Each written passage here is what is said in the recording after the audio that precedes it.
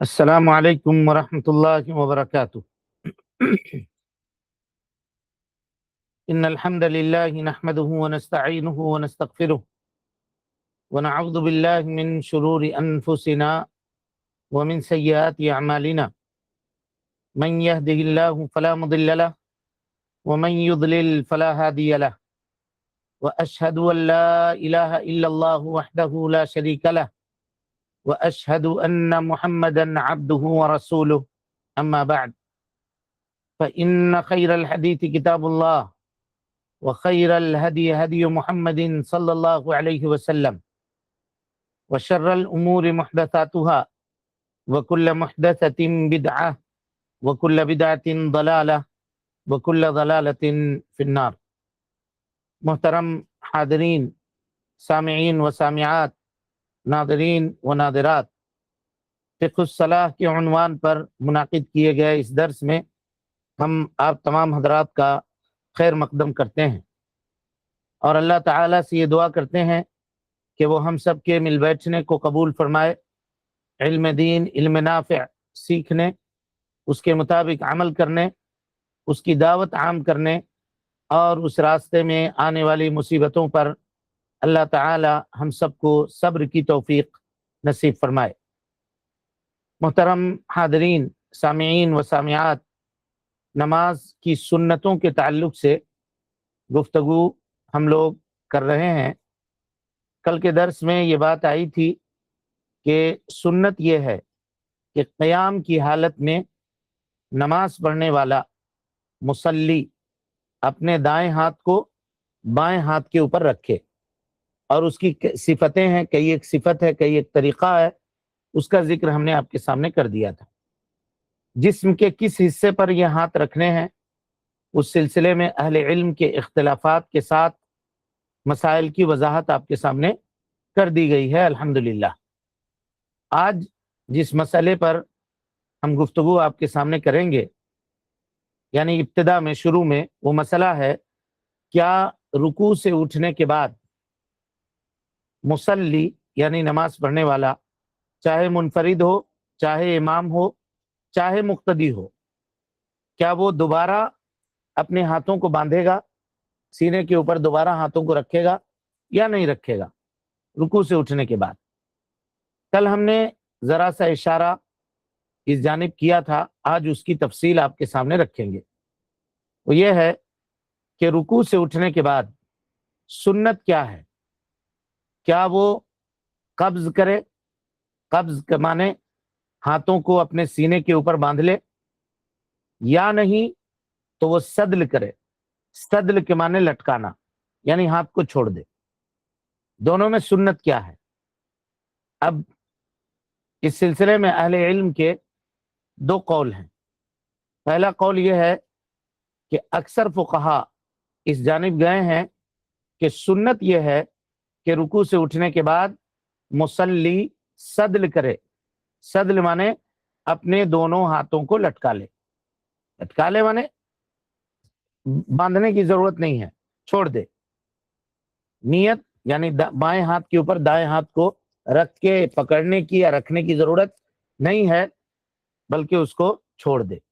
اکثر فقہا اس جانب گئے ہیں، لیکن حنابلہ کے علماء میں سے بہت سارے اہل علم اور دیگر علماء کرام جیسے شیخ ابن باز رحمۃ اللہ علیہ، شیخ ابن عثیمین رحمہ اللہ، جس جانب گئے ہیں وہ کہتے ہیں کہ رکوع سے اٹھنے کے بعد سنت یہ ہے کہ نماز پڑھنے والا قبض کرے۔ قبض کرنے کا مطلب ہاتھ کو اپنے سینے کے اوپر باندھے، جیسے رکوع سے پہلے وہ رکھے ہوا تھا ویسے ہی کرے۔ دونوں میں رکوع سے پہلے اور رکوع کے بعد میں کوئی فرق نہیں ہے۔ کیا دلیل ہے آپ کے پاس اس کی؟ تو کہتے ہیں سب سے پہلی دلیل، ایک ایک دلیل کو غور سے سمجھیے۔ کہتے ہیں پہلی دلیل، اللہ کے نبی صلی اللہ علیہ وسلم کے اصحاب سے یہ بات ثابت ہے، کانوا یؤمرون، کہ انہیں حکم دیا جاتا تھا، بأن یضع الرجل یدہ الیمنی علی ذراعہ الیسری، کہ آدمی اپنے دائیں ہاتھ کو اپنے بائیں ہاتھ کے اوپر رکھے، او ساعدہ الیسری، یا صاعد کے اوپر رکھے، ذرا کے اوپر یا صاعد اس کو کہتے ہیں، یہاں رکھے فی الصلاۃ نماز میں، جیسے کہ کل آپ کے سامنے باتیں ہو چکی ہے۔ تو کہا کہ یہاں پہ نبی صلی اللہ علیہ وسلم کا یہ کہنا فی الصلاۃ نماز میں، تو یہاں نماز سے پوری نماز مراد ہے، پوری نماز مراد ہے۔ تو ہم نے یہ دیکھا کہ بقیہ نماز کے جو افعال ہیں ان میں ہاتھوں کو کہاں رکھنا ہے اس کی وضاحت خصوصی طور پر نبی صلی اللہ علیہ وسلم سے ثابت ہے۔ تو اب بچ گیا رکوع سے پہلے، تو رکوع سے پہلے کی بات تو ہو گئی، رکوع کے بعد کیا کرے گا؟ تو کہا رکوع کے بعد بھی اپنے ہاتھوں کو باندھے گا، یعنی ان کا یہ کہنا فی الصلاۃ یہ کیا ہے؟ عموم ہے، اور عموم اس بات کا متقاضی ہے کہ نماز پڑھنے والا نماز کی حالت میں قیام میں جب بھی ہو وہ اپنے ہاتھ کو سینے کے اوپر باندھ کر کے رکھے گا۔ پہلی دلیل ہوئی، استدلال اس کی آپ سمجھ گئے۔ بیس استدلال کا یہ ہے کہ نبی صلی اللہ علیہ وسلم کا یہ کہنا فی الصلاۃ عموم ہے، اور عموم میں پوری نماز داخل ہے، اور جب پوری نماز داخل ہے تو رکوع سے پہلے، رکوع کے بعد، سجدے میں، سجدے کے بعد، یہ ساری چیزیں اس میں شامل ہو گئیں۔ لیکن نبی صلی اللہ علیہ وسلم نے الگ سے ذکر کر دیا کہ رکوع میں جائیں تو ہاتھ کہاں رکھیں گے، سجدے میں جائیں تو ہاتھ کہاں رکھیں گے، سجدے سے اٹھیں تو ہاتھ کہاں رکھیں گے، ان کی وضاحت موجود ہے۔ اب باقی بچا رکوع سے پہلے اور رکوع کے بعد، تو کہا یہ صلاۃ کا لفظ رکوع سے پہلے اور رکوع کے بعد دلالت کر رہا ہے۔ سمجھ گئے استشہاد اور دلیل کا طریقہ؟ امید کہ آپ اس دلیل کو سمجھ گئے ہوں گے۔ اب اس کے بعد کہہ رہے ہیں دوسری دلیل وہ دیتے ہیں، کہتے ہیں کہ اللہ کے نبی صلی اللہ علیہ وسلم کا یہ فرمانا انا معشر الانبیاء، ہم انبیاء کی جماعت، امرنا ہمیں یہ حکم دیا گیا ہے ان ندع ایماننا کہ ہم اپنے داہنے ہاتھوں کو علی شمائلنا اپنے بائیں ہاتھوں کے اوپر رکھیں فی الصلاۃ نماز میں، ہم اپنے دائیں ہاتھ کو بائیں ہاتھ پر رکھیں نماز میں، ہمیں یہ حکم دیا گیا ہے۔ یعنی اللہ کے نبی صلی اللہ علیہ وسلم نے فرمایا کہ انبیاء علیہم الصلاۃ والسلام، جن میں ہمارے اور آپ کے حبیب جناب محمد رسول اللہ صلی اللہ علیہ وسلم بھی ہیں، ان کو اللہ نے یہ حکم دیا ہے کہ آپ نماز میں اپنے دائیں ہاتھ کو اپنے بائیں ہاتھ کے اوپر رکھیں۔ تو کہا یہ واضح ہے، یہ حدیث واضح ہے، تو اللہ کے نبی جناب محمد رسول اللہ صلی اللہ علیہ وسلم بھی اس میں ہے۔ تو اب یہاں سوال ہے کہ نماز میں رکھیں تو کب رکھیں؟ کب رکھیں؟ تو کہتے ہیں نماز کے جتنے افعال ہیں ان میں ہاتھوں کے رکھنے کی کیفیت اللہ کے نبی صلی اللہ علیہ وسلم سے ثابت ہے۔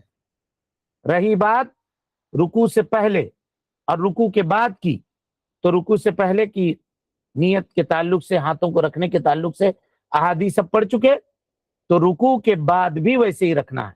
یعنی نبی صلی اللہ علیہ وسلم کا یہ کہنا فی الصلاۃ، یہ کہہ رہے ہیں کہ یہ عموم ہے، اور عموم پوری نماز کو شامل ہے۔ اب جن چیزوں کو نبی صلی اللہ علیہ وسلم کے مخصوص افعال سے خاص کر دیا گیا وہ چیزیں نکل گئیں، اب باقی جو دو جگہیں بچی ہیں وہ رکوع سے پہلے اور رکوع کے بعد ہے۔ تو کہتے ہیں کہ ان دونوں حالتوں میں نماز پڑھنے والے کے ہاتھ داہنے ہاتھ کو بائیں ہاتھ کے اوپر رکھے گا نمازی۔ یہ دوسری دلیل ہوئی۔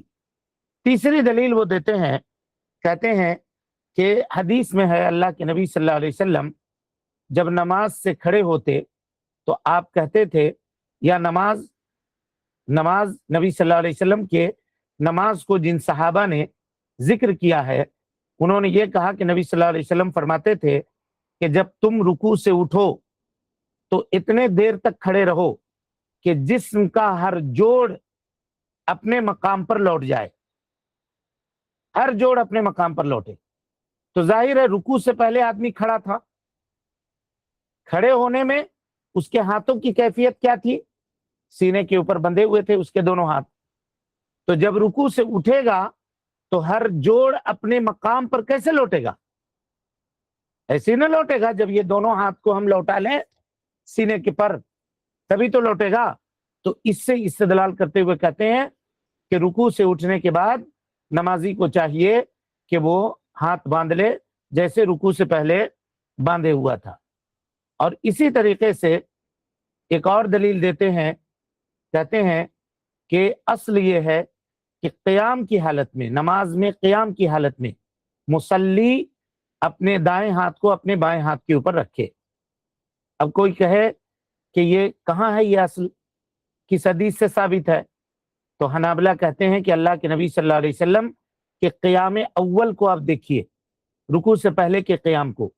رکوع سے پہلے کے قیام میں اللہ کے نبی صلی اللہ علیہ وسلم کے ہاتھ بندھے ہوئے ہوا کرتے تھے، یعنی آپ اپنے داہنے ہاتھ کو بائیں ہاتھ کے اوپر رکھتے تھے۔ تو بعد میں بھی ویسے ہی رکھنا پڑے گا، کیونکہ مخالفت کی کوئی دلیل موجود نہیں ہے، کسی کے پاس مخالفت کی دلیل نہیں ہے۔ اب جب مخالفت کی دلیل نہیں ہے تو جیسے رکوع سے پہلے ہاتھ اللہ کے نبی صلی اللہ علیہ وسلم کے بندھے ہوتے تھے، رکوع کے بعد بھی سینے کے اوپر مصلی کو چاہیے کہ وہ اپنے ہاتھ کو باندھ کر کے رکھے۔ یہ حنابلہ کی چوتھی دلیل ہوئی۔ ایک اور دلیل دیتے ہیں، کہتے ہیں کہ نیت باندھنے یعنی دونوں ہاتھوں کو سینے کے اوپر رکھنے کی حکمت کیا ہے؟ حکمت یہ ہے کہ آدمی کو اس بات کا اندازہ رہے کہ وہ نماز میں ہے، کیونکہ آدمی عام طور پر عام حالتوں میں جب کھڑا ہوتا ہے تو اپنے ہاتھ کو لٹکا کے نیچے رکھ کے کھڑا ہوتا ہے، لیکن عام حالت میں اور نماز میں کچھ فرق تو ہونا چاہیے۔ اگر ہم کسی سے بات کرتے ہیں، کسی کے سامنے کھڑے ہو کر گفتگو کرتے ہیں تو نیت باندھ کے تو نہیں بات کرتے، بلکہ ہاتھ نارمل لٹکا کر کے بات کرتے ہیں، اس سے گفتگو کرتے ہیں۔ تو عام حالت میں، عام قیام میں اور نماز میں فرق ہونا چاہیے۔ تو کہتے ہیں کہ اس فرق کو برقرار رکھنے کے لیے قیام کی دونوں حالتوں یعنی رکوع سے پہلے اور رکوع کے بعد مصلی کو چاہیے کہ وہ اپنے ہاتھوں کو باندھ کر کے رکھے۔ یہ 5 دلائل ہیں جو حنابلہ نے دیا ہے۔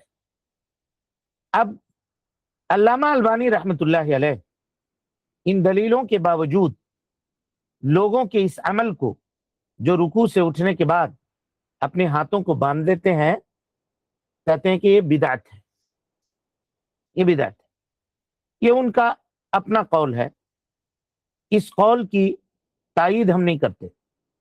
ہم یہ نہیں کہہ رہے ہیں کہ جو یہ کر رہا ہے وہ بدعت ہے یا بدعتی ہے، بدعتی ہے یا بدعت کو کے اوپر عمل کرنے والا ہے، ہم یہ نہیں کہہ رہے ہیں۔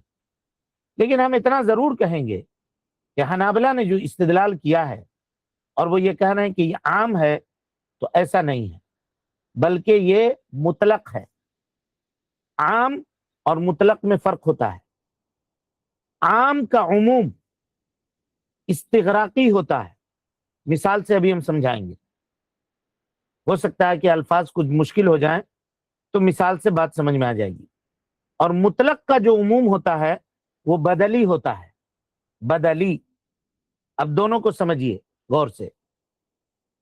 ہم کہیں کہ اس کلاس کے جتنے طلبہ ہیں سب کو 10-10 روپے تقسیم کر دو، یہ عام ہے۔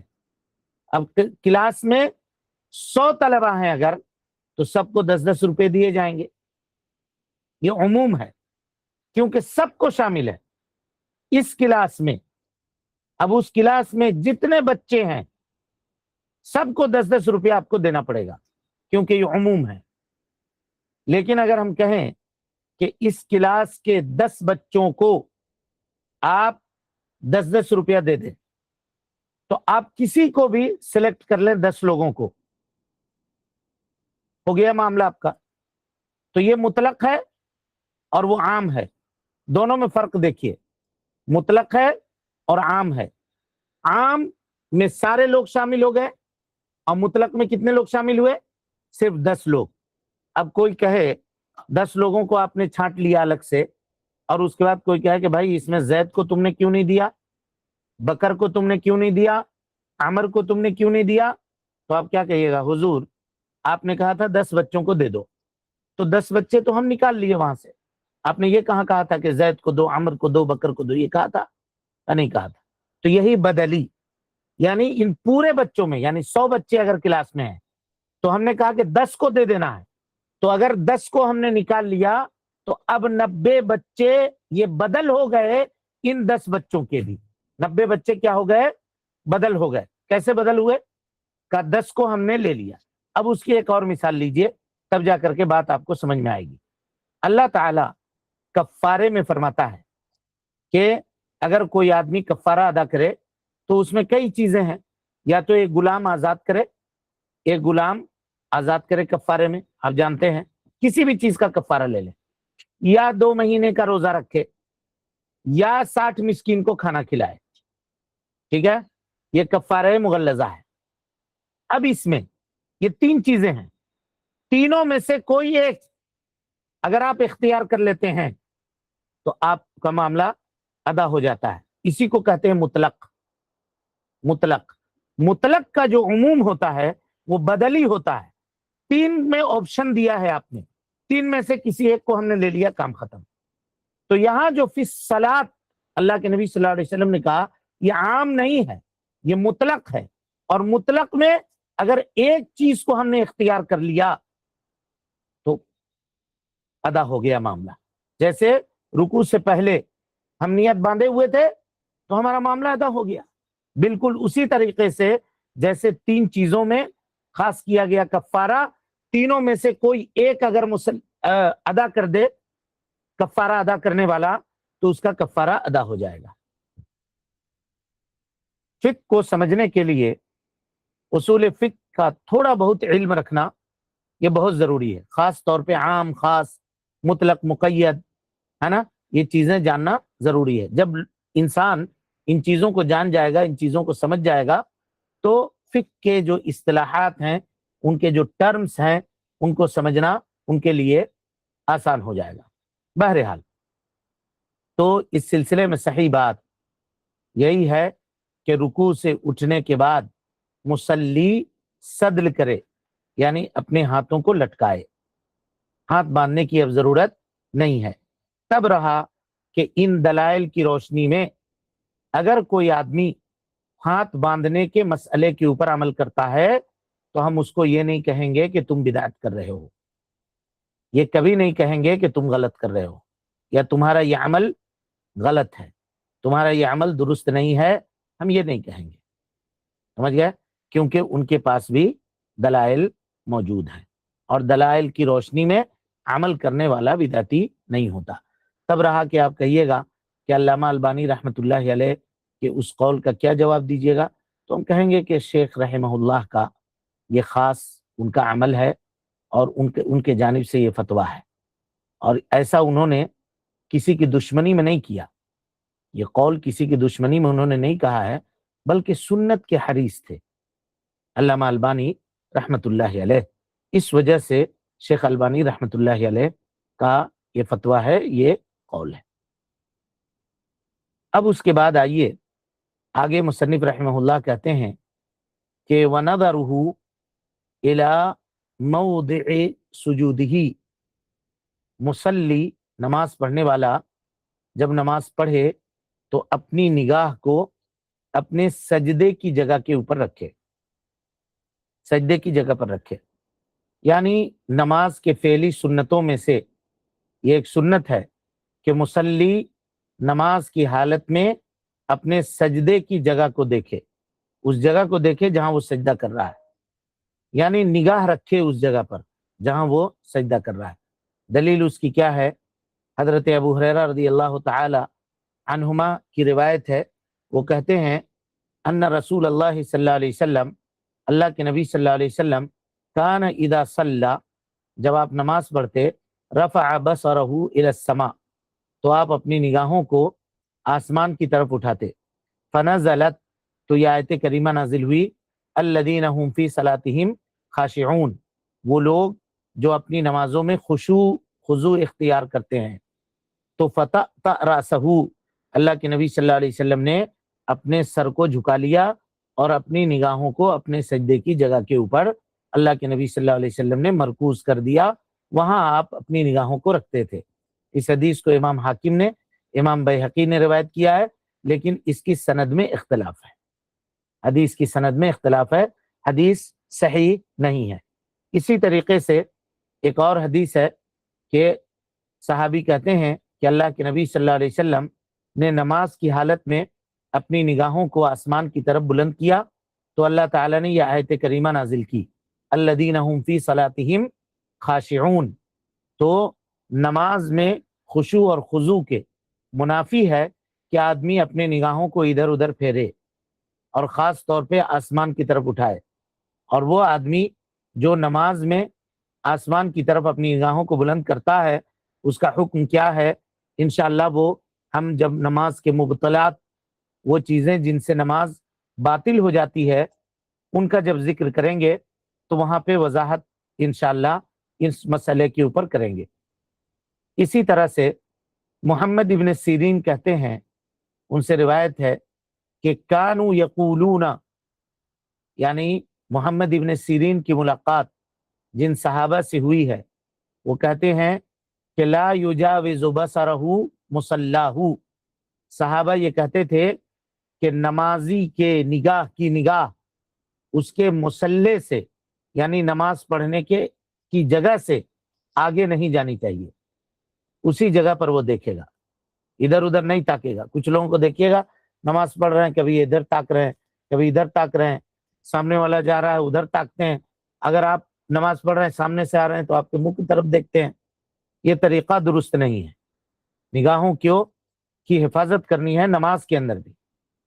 تو اس سے یہ پتا چلا کہ سنت یہ ہے کہ نماز پڑھنے والا اپنی نگاہوں کو سجدے کی جگہ کے اوپر رکھے گا، سجدے کی جگہ پر رکھے گا، اور اس کے لیے بہت زیادہ، کچھ لوگوں کو دیکھیے گا نماز پڑھتے ہیں تو جھک جاتے ہیں، اس طرح جھکنے کی ضرورت نہیں، نگاہوں کو رکھے گا بھائی، اسٹریٹ کھڑا رہے گا سیدھا، لیکن نگاہ جو ہے وہ سجدے کی جگہ پر ہو۔ یہ اس کے لیے سر گرانے کی اور سر کو جھکانے کی ضرورت نہیں ہے۔ کچھ لوگوں کو دیکھیے گا جان بوجھ کر کے کمر اور سر ٹیڑھا کر کے کھڑے ہوتے ہیں، جھک جاتے ہیں سامنے کے جانب، جبکہ وہ سیدھے ہیں۔ ایسے نہیں کہ چلیے کوئی آدمی بڑھاپے کی وجہ سے یا کمزوری کی وجہ سے جھکا ہوا ہے تو وہ دوسرا مسئلہ ہے، لیکن اگر آدمی ٹھیک ہے، جوان ہے، ٹھیک ٹھاک ہے، اور اس کے بعد نماز میں خشوع اور خضوع کے لیے وہ جھک رہا ہے تو یہ طریقہ درست نہیں ہے۔ اپنی نگاہ نیچی رکھے، نگاہوں کو پست رکھے، نیچی رکھے، بغیر جھکے بھی یہ عمل کیا جا سکتا ہے۔ نماز کی حالت میں، پوری نماز میں آدمی کیا کرے گا؟ اپنی نگاہ کو سجدے کی جگہ پر رکھے گا۔ صرف ایک حالت مستثنا ہے، صرف ایک حالت مستثنا ہے، صرف ایک حالت مستثنا ہے۔ وہ حالت کیا ہے؟ وہ حالت کیا ہے؟ وہ حالت ہے کہ جب تشہد میں ہے، اور تشہد میں جب وہ اشارہ کر رہا ہے سبابہ سے، تو ایسی صورت میں وہ کیا کرے؟ ایسی صورت میں وہ اپنے نگاہ کو انگلی پر رکھے، اپنی نگاہ کو انگلی کے اوپر رکھے، یہاں رکھے، یہاں دیکھتے ہوئے رکھے کہ اشارہ۔ اب پورے سر کو گھمانے کی ضرورت نہیں ہے، صرف نگاہ کو، صرف نگاہ کو اس مقام کے اوپر رکھے۔ یہ ایک کیفیت اور صورت ہے نماز کی حالت میں جو مستثنا ہے۔ امید کہ یہ مسئلہ بھی آپ سمجھ گئے ہوں گے۔ اور اس کی دلیل کیا ہے کہ تشہد کی حالت میں انگلی کے اوپر مصلی نگاہ رکھے گا؟ تو کہتے ہیں کہ حضرت عبداللہ ابن زبیر رضی اللہ تعالی عنہ کہتے ہیں ان رسول اللہ صلی اللہ علیہ وسلم، اللہ کے نبی صلی اللہ علیہ وسلم، کان اذا قعد فی التشہد، جب تشہد میں بیٹھتے، وضع کفہ الیسرا علی فخذہ الیسرا، نبی صلی اللہ علیہ وسلم اپنے بائیں ہاتھ کو اپنے بائیں پنڈلی کے اوپر رکھتے، پنڈلی کہہ رہے ہیں ہم، ران کے اوپر، فخذ کہتے ہیں ران کو، ران کے اوپر رکھتے، اور داہنے کو داہنے ران کے اوپر رکھتے، واشار بالسبابہ، اور سبابہ سے یعنی اس انگلی سے وہ اشارہ کرتے تھے، لا یجاوز بصرہ اشارتہ، اور اللہ کے نبی صلی اللہ علیہ وسلم کی نگاہ آپ کے اشارے سے تجاوز نہیں کرتی، یعنی انگلی کا اشارہ جہاں ہوتا پیارے مصطفیٰ کی نگاہ بھی اسی مقام پر، اسی جگہ پر ہوتی، اس سے آگے آپ صلی اللہ علیہ وسلم نہیں دیکھتے۔ اس پہ بھی اہل علم کہتے ہیں کہ سر کو ادھر جھکانے کی ضرورت نہیں ہے، نگاہ کو نگاہ سے دیکھے، یعنی سر اسٹیٹ رہے لیکن نگاہ اس کی انگلی کے جانب رہے. یہ طریقہ سنت ہے اور اللہ کے نبی جناب محمد رسول اللہ صلی اللہ علیہ وسلم سے ثابت ہے. تو کیا بات ہوئی؟ نماز کی فعلی سنتوں میں یہ سنت ہے کہ نمازی اپنی نگاہ کو نماز کی حالت میں اپنے سجدے کی جگہ پر رکھے، صرف ایک مقام کے. اور وہ مقام کیا ہے؟ تشہد میں جب بیٹھے اور جب ہاتھ سے اشارہ کرے، انگلی سے اشارہ کرے، تو اپنی نگاہ کو انگلیوں پر رکھے، اشارے پر رکھے، اور پورے سر کو جھکانے کی ضرورت نہیں ہے. اس کا ذکر ہم نے آپ کے سامنے کر دیا ہے الحمدللہ. اس کے بعد مصنف کہتے ہیں وَتَفَرَّقَتْهُ بَيْنَ قَدَمَيْهِ قَائِمًا، جب مصلی کھڑے ہو نماز کے لیے تو اپنے دونوں پاؤں کو ملا کر کھڑے نہ ہو، ملا کر کے. کچھ لوگوں کو دیکھیے گا ایک دم پاؤں اسے سمیٹ کے کھڑے ہوتے ہیں، ملاتے ہیں یا نہیں تو قریب ہوتا ہے کہ ملا دیں، ایسے اتنا گیپ رکھتے ہیں، اتنی دوری رکھتے ہیں. اکثر لوگوں کو آپ دیکھیے گا یہ طریقہ درست نہیں ہے، بلکہ پاؤں کو پھیلائے.